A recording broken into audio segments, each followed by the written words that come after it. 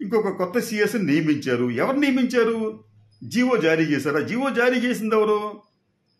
మంత్రి మండలి లేదు. మంత్రి మండలి సిఫార్సుతో జరగాలి, లేకపోతే గవర్నర్ చేయాలి. గవర్నర్ చేయాలంటే మళ్ళీ మంత్రి మండలి సిఫార్సు ఉండాలి. అక్కడ మీకు సిఎస్ లేడు. మరి కొత్త సిఎస్ నియమించింది ఎవరు? దానికి సంబంధించి జీవో జారీ చేసింది ఎవరు?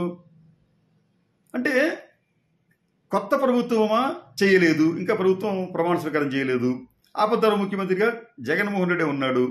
కానీ ఒక సిఎస్ నియమించేశారు, అది కూడా జీవోతో. అంటే ప్రభుత్వ అనుమతి లేకుండానే జీవోలు జారీ చేస్తున్నారు. ఎప్పుడు ఉండాలి కదా. అయితే ఈ జీవో జారీ చేసింది ఎవరో? కింద స్థాయి ఉద్యోగి ఎవరో చీఫ్ సెక్రటరీని నియమించడం. ఇంత విచిత్రమైన పరిస్థితులు జరుగుతున్నప్పటికి కూడా వైసీపీ లీగల్ సెల్ దాని గురించి పట్టించుకోలేదు.